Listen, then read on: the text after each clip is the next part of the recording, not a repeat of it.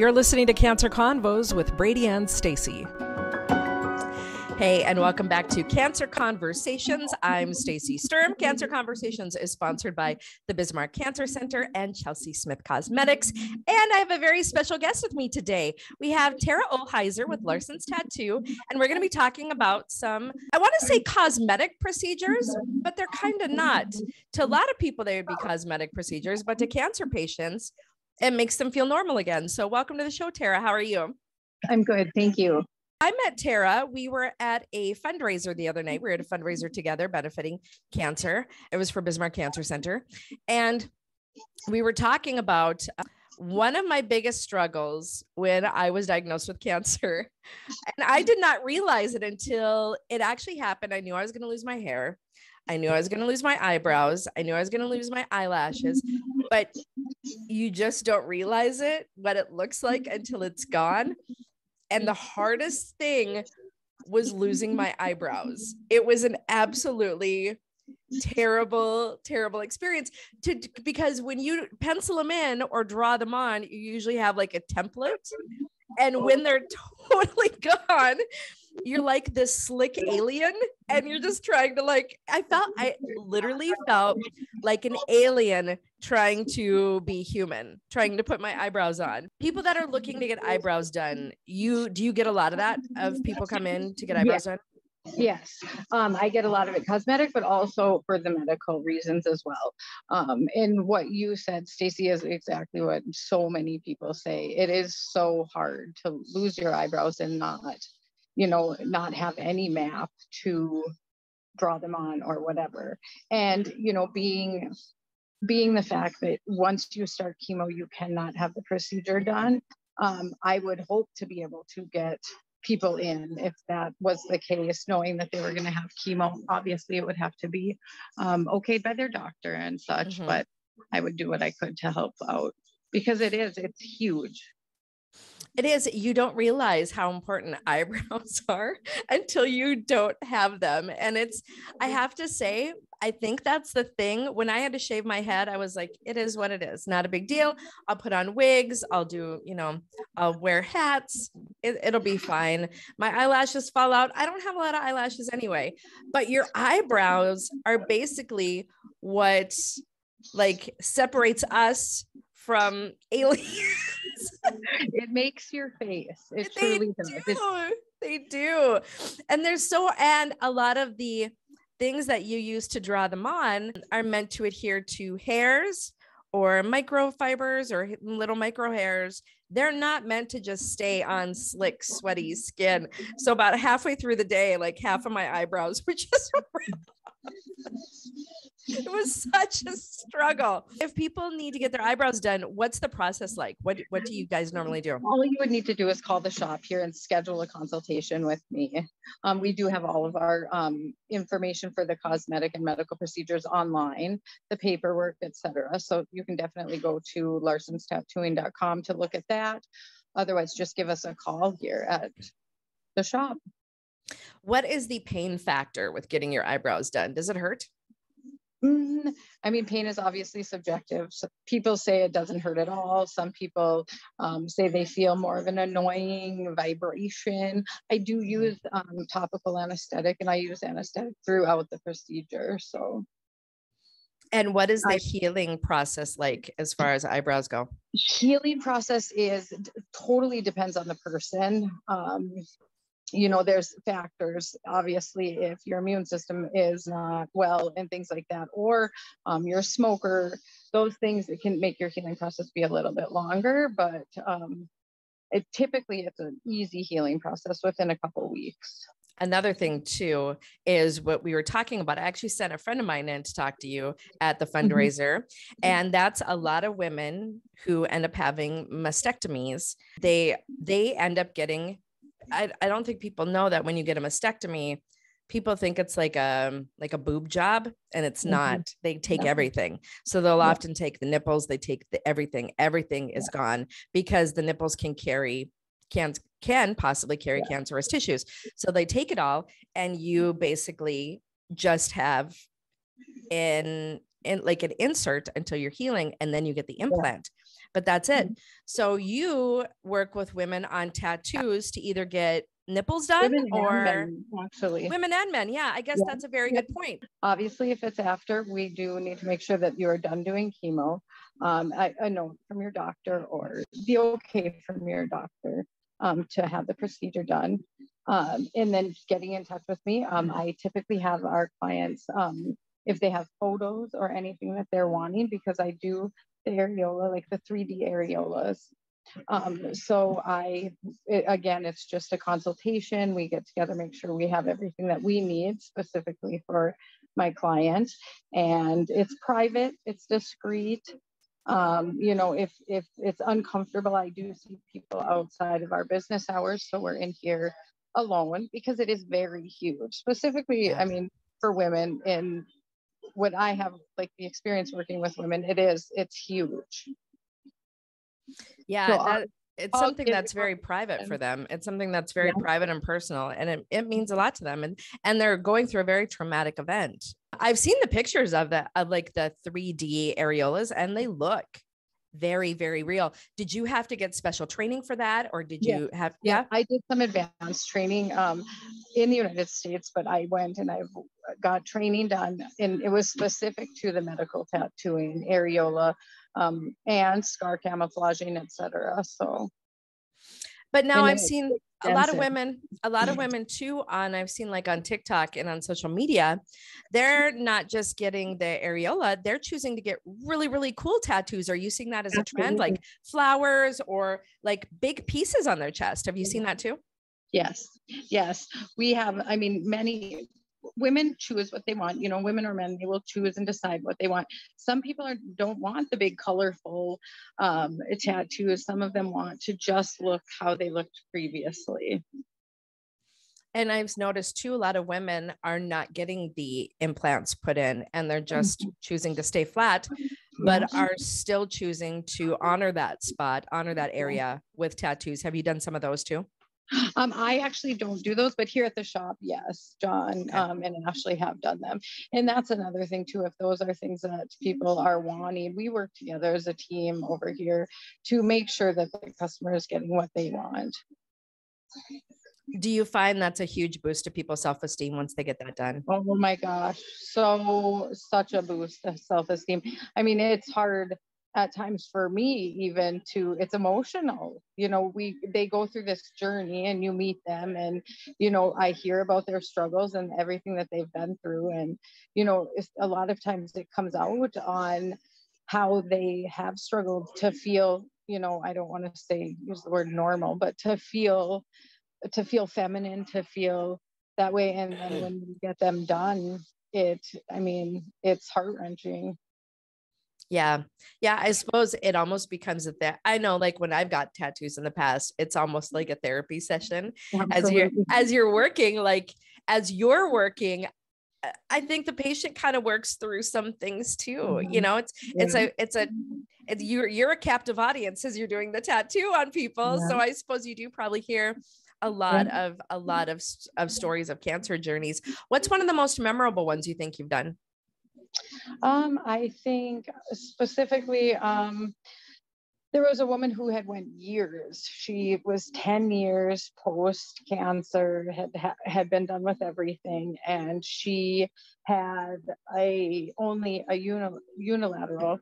So she had one, and when I completed, and it was her second session, and when we took off, when she stood up to go look at them, it was completely, it was so emotional. It was so emotional, for her, but just to see someone look for the first time, every one of them is memorable, honestly. But how many sessions does it typically take if somebody just wants to get their areolas done? Is that a one and done session? One or two. Okay. I prefer 2 sessions, but depending on what their needs are, we'll work with them. Everyone is different. There's lots of different, needs that people have. People aren't necessarily from here or whatnot. So sure. We were also talking about scars. A lot of people, after they have cancer surgeries, have, or any major surgery, have incredibly large scars. Yes. And that's something you work with too, to try to camouflage that. Yep. And I do scar camouflaging, which it's not camouflaging it in a tattoo, a traditional tattoo. It's camouflaging that with flesh tones. I do clefts. I can do, stretch marks. I can do any surgery scar usually. We like to have it about 6 months out. But I will always do a consultation and take a look at it. And that's a little bit more complicated, and making sure we get it. So 2 sessions for sure. And like I said, we'll work with someone over the process too. I've done a lot of scar camouflaging with areola procedures and stuff. So everybody's different, everybody is different. So there's lots of elements, but even, for those things, scars on not only just surgery scars, but if you've had an injury or a traumatic event, you have scars anywhere. It's certainly something we can take a look at. Well, and that has to be hard to do because they're raised. And so you have to try to you probably had to do a lot of training to make that look good. A lot of training, yes. And the other thing with that is, if you've ever touched someone's scars or you've seen them, they are all very different and very intimidating. And I certainly, the training was amazing to give us experience, but still it doesn't, you don't have experience with everything because people come in all the time, burn scars, different things. I mean, birthmarks, I can camouflage birthmarks, and that's been a fun journey as well. The medical piece is truly where my passion is.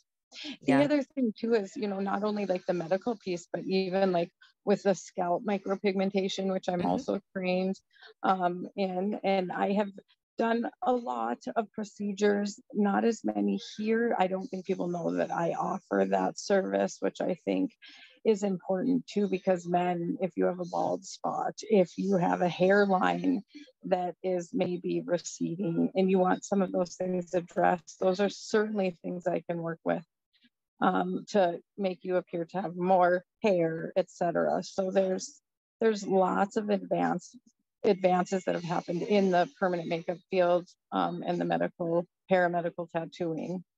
And I highly recommend this to cancer patients if you can, because this is super handy tip for you.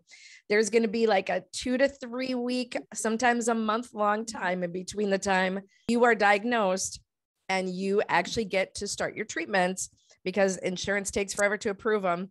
Go in and get your eyebrows done.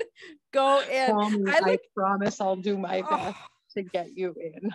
I look back at my pictures now, some of the pictures I took, and I was like, oh my God, they looked so terrible. They were so horrible drawing them in. So if you can get your eyebrows done, or also for any kind of other medical tattoos, as far as covering up scars or getting areola tattoos or other tattoos on your body, I think give Tara a call. What's the easiest way to get a hold of you, Tara? Give them your contact info. Calling the shop here at Larson's Tattooing. The number is 701-400-5217. Just ask for me, and I will get back to you. The information is online at larsonstattooing.com on our website under the cosmetic makeup tab. And once again, Tara and Larson's Tattoo is in the Bismarck Mandan area. So as long as you're willing to drive there, she's willing to help you out. Absolutely. And we can always do like we are doing over Zoom or whatever too for the consultation, as much as we can. I will accommodate that.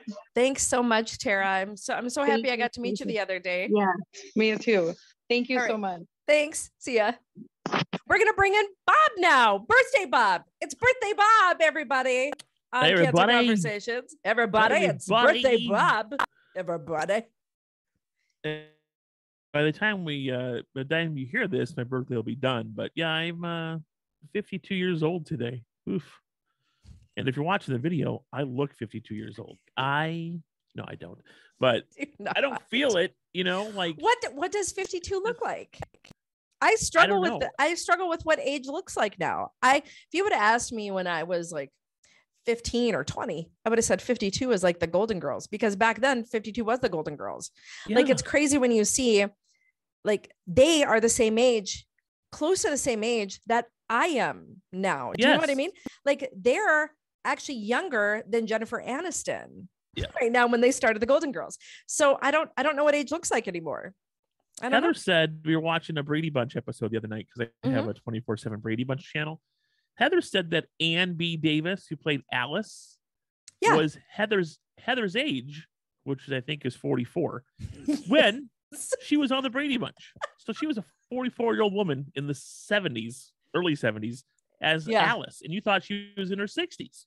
Can I just say thank you so much to hairstylists and makeup people, because wow, it makes a difference. It really does. It makes a difference, because now at first, and Mike and I had this debate, and this is totally off of cancer conversations, but it's just fun. Maybe we should say this for 24 minutes with Brady and Stacey, but whatever. I guess we could do both. It's not like we can't talk about them both, but our show. We can do whatever the hell we want to do. But Mike saw the pictures where they put normal hairstyles on the Golden Girls, and they looked like 20 years younger. They looked great. They looked way younger than they are. And Mike says, yeah, but look at, they're also filtered and blah, blah, blah, blah, blah. But then they put the Golden Girls hairstyles on people like J-Lo and Jennifer Aniston, and they look 20 years older. It is the hair. It's all about the hair. So once again, shout out to Chelsea Smith Cosmetics. I'm going to put that all into it. Yeah. It's crazy the difference that a little hair and makeup makes as far as taking years off of your age. Yeah, that whole tattoo thing, like that is that is needed. Like you talk about, people want to be normal. Like they want to be whatever normal is. I don't want to throw that out there, but they want to feel like they used to have normal nipples, and you want to have yes. You want to have normal. They want to feel like they used to. Yep. Which is part of the reason why when I was going through my cancer journey, I wanted to wear wigs, is because I just wanted to feel normal to me, like my normal, or even better than normal, better than myself. So that's why I did the wigs. I just wanted to not constantly look in the mirror and think about the cancer, because it is hard. It's very dehumanizing when you lose your hair and your eyebrows and your eyelashes and your skin is pale and you look tired and you've probably been throwing up. You don't know who you are. I would look in the mirror and say, who is that old alien grandpa? And it would be like, whew, it was hard, like to go through that. And then when you put on the wig and you put on the makeup, I'm kind of me again. Yeah. And I don't know if that makes any sense, but it makes total sense. Yeah. It's not that I don't know I have cancer. I'm in denial I have cancer. I just don't want to constantly be reminded that I had cancer. I wanted to be able to feel great and look great. Yeah, it's true. I totally agree with you. Like, why wouldn't you? And again, it goes back to, it's your journey. It's my journey. Someone else's. It's yours. Mm-hmm. You do whatever the hell you want. And that's, I think, with, today's society in 2023, mind your own God blessed business. Do your own thing. If it doesn't affect you, who cares? We have so many more. We have so many more things to worry about in this world than other people's business. So like, oh, you wear a wig every day. Why? Because I want to. Why? Because I want to. And that's the thing is people that haven't even gone through chemo that want to wear wigs just because they don't like their hair, or they have thin hair, or they want to be a different hair color. They're afraid to wear it because they're going to get criticized from people. Who cares? It's not your body. My body, my choice. I never thought I'd have to say that about my hair or wigs or whatever it is. Here's the ironic thing about this whole thing is we really care about other people's business until it's time to care about people. Like I'm going to be all up in your shit about who you love, or if you're gay, if you're straight, if you're lesbian, if you identify as whatever. But if you're a homeless person, I don't want to help you. Yeah. Poor kids. Do I want to give you lunch? No. So it's all about really caring about what other people are doing until they're not doing well. And then we don't care about them. And how does it affect you? Yeah. Doesn't affect me at all. Mm-mm. So why, why should I And care? that's what they'll use. Basically, they'll be like, well, that homeless person, it doesn't affect my day-to-day. So why should I care? Yeah. Exactly. Exactly. I Yeah. totally get it. I'm with you. So totally happy birthday, Bob. Yeah, thank you. No problem. No. We can save all that for 24 minutes. This is more of a serious show. Cancer Convos sponsored by Chelsea Smith Cosmetics at Bismarck Cancer Center. If you want to sponsor the show, you can get on the board and hop on the bandwagon, because this is I'm going to say it, the most popular show on Spotify. It just is. Oh, 100%. And I have more and more people. And here's the thing. I kind of gauge, and I know how to track marketing and the logistics and the tracking and the numbers and blah, blah, blah. And do you go by views and do you go through click-throughs and blah, blah, blah. But we've been at this game for a long time. I can gauge how something is doing by how many people are talking about it, talking to me about it, or saying something about it. And just this week, I've probably had 10 or 12 people either come up to me or reach out to me or like message me and say that, hey, I listened to your Cancer Combo shows on Facebook, or I saw the clips on TikTok, and thank you. I didn't know that those resources were available, or, I've really been enjoying the shows and your banter and stuff. That's how I gauge it. It. When we first started it, I'd have like one or two people, and now I have people messaging me and purposely wanting to talk about the show. And so that's how I gauge it. I can kind of tell that it's really picking up that way. So yeah. I love it. Love it. So watch out, Joe Rogan. We're coming for you. Right. Alpha male. What pills you have. But I see on TikTok all the time. I want to fry them, but just give me a free sample. What was I going to say about it? Because like you said about the resources, it's true. Because as we've talked about with many guests, whether it be, Sharice Fandrich, or we, chatted with Bill Eulinger's wife, Lisa. Yeah.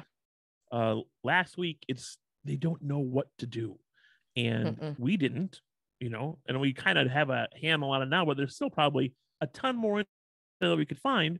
But I don't know, do my own research. Like, you're the doctor, you're the oncologist, you're the specialist. You tell me what to do, or where to go, or what I should do. It's just, you kind of like on an island. So anytime we can help out with anything, let us know. Well, and I had no idea until I just stumbled. And okay, I guess I did kind of know when I was talking with Sarah Kelsch from the Bismarck Cancer Center. She said one person I should talk to is this, they call him medical tattoo artist, who I was talking with Tara about, this medical tattoo artist about, doing areolas or scars. How many people have scars and they won't wear a bathing suit, they won't wear high shirts, or they won't wear shorts or whatever it is, because they have a scar from whatever surgery it is, or they have a birthmark. I didn't even know that there was somebody in town that was certified to do that. She literally covers up scars. Like, that's an amazing thing. And I didn't even know until I saw her at the benefit on Tuesday night, whatever benefit it was for that I was a part of for Bismarck Cancer Center. And that's an amazing resource. Do you know how good that makes people feel if they can get rid of some of those scars? Yeah. And I'm sure that not just in Bismarck, I'm sure it's nationwide. Nationwide. The bigger cities, just look it up and call somebody. Say, you call a tattoo artist and say, hey, do you do insert whatever here? Yeah. Google medical tattoo artists in your area. Yeah. Yeah. Yeah. Cause I didn't realize that's a whole other ballgame. That's a whole other thing you have to be certified in. And it's a lot to try to do those things. So yeah. And that's, again, so it is available to you. It helps. It makes you be better, then do it. Yeah. That's one of the things. How are you doing? How are you feeling, by the way? Everything good? I'm not going to lie. It was this last weekend, which this is going to air a little bit later, but had on Saturday, I went out and had a normal day, which I haven't probably done that in like years, where we went out and left the house at like 11, and I went and I received an award at the local college for Pride.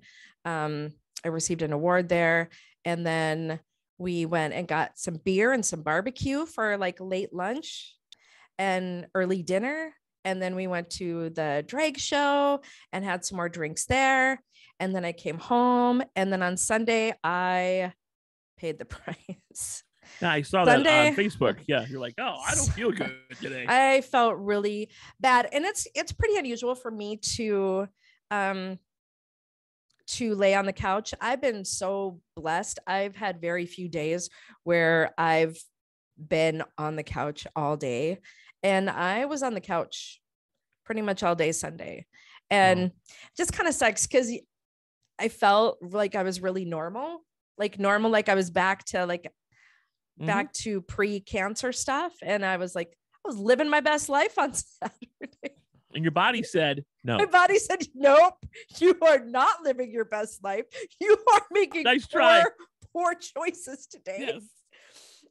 And so Sunday and then part of Monday, I was really kind of Sunday for sure. I was down for the count. Mike did all the cooking. He did all the cleaning. He brought me water.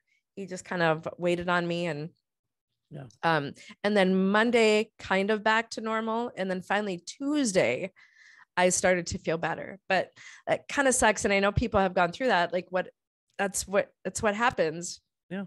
To a lot of people. You just have, you have your good days and you have your bad days. So yeah. How about you? I don't know. I find I'm getting back into more of a coughing more. Just when I go somewhere, like if I go for like a quick walk, or I go up the steps or whatever, and that comes with the radiation attacking whatever it's attacking. I have an appointment with them coming up this Monday to telehealth. So I'll chat about that and say, hey, is this normal? Like I'm out of breath a lot. Again, my thyroid cancer is in my lung. There's 2 tumors in there that are basically wanting to block my airway. Yeah.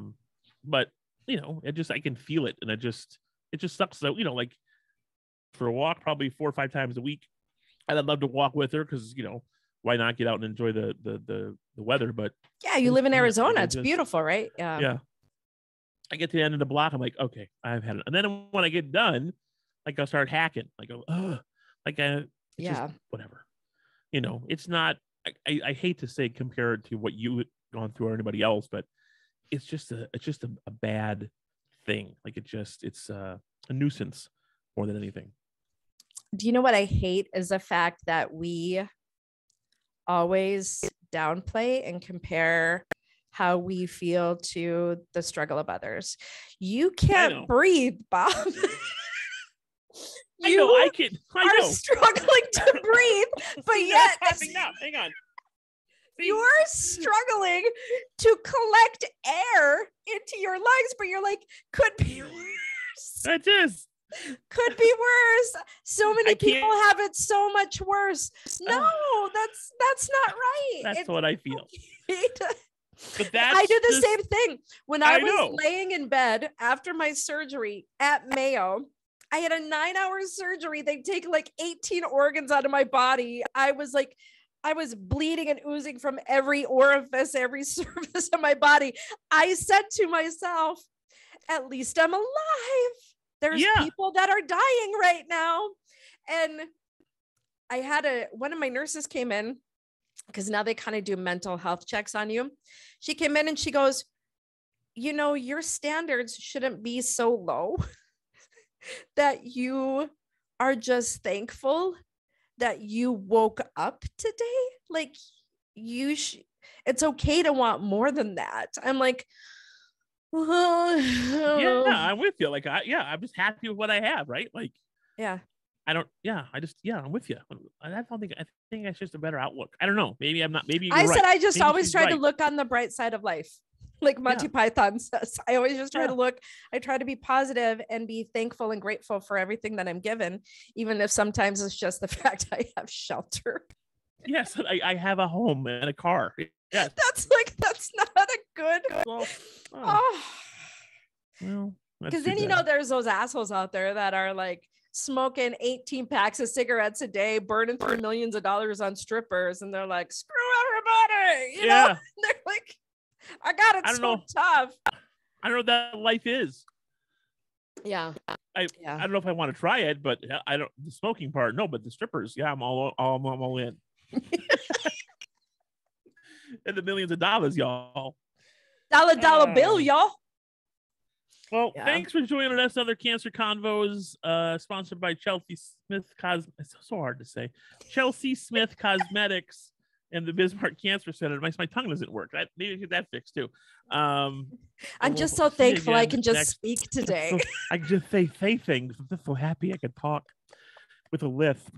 But have a great week, and we'll chat with you again soon.